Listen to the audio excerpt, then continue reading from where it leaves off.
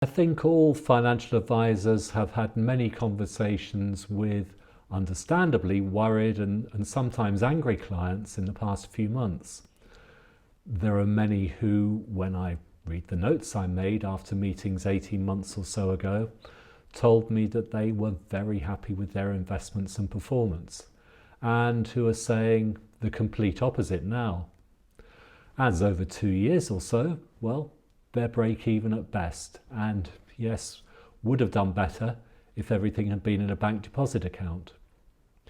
And of course, those who put their faith in us for the first time a couple of years ago are still wondering what on earth they've done and why I didn't tell them to wait a while before taking the plunge.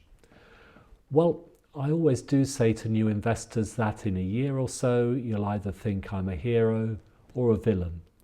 And this time, I'm afraid, my villainies continued for a little longer than usual. But just as you never know when investments will go down, or to use a bit of tabloidese, plummet, you equally never know when and how quickly they'll go up or soar.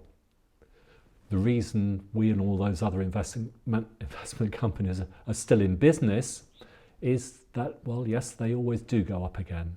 Honest. Now, I've been asked more than a few times by clients who keep a keener eye on these things, why, if a number of the stock market indices are up over the past year or so, particularly the American ones, why their funds are not, when they seem to have a big chunk in the US. Well, here's an interesting fact. The main American stock market index, the S&P Standard & Poor's 500, has been up in recent months.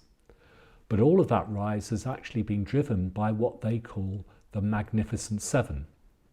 Now, these are 7 huge tech firms: Alphabet, which is Google, Amazon, Apple, Meta, which is Facebook, Microsoft, Nvidia, which makes a lot of the gaming and cryptocurrency software, and yes, Tesla.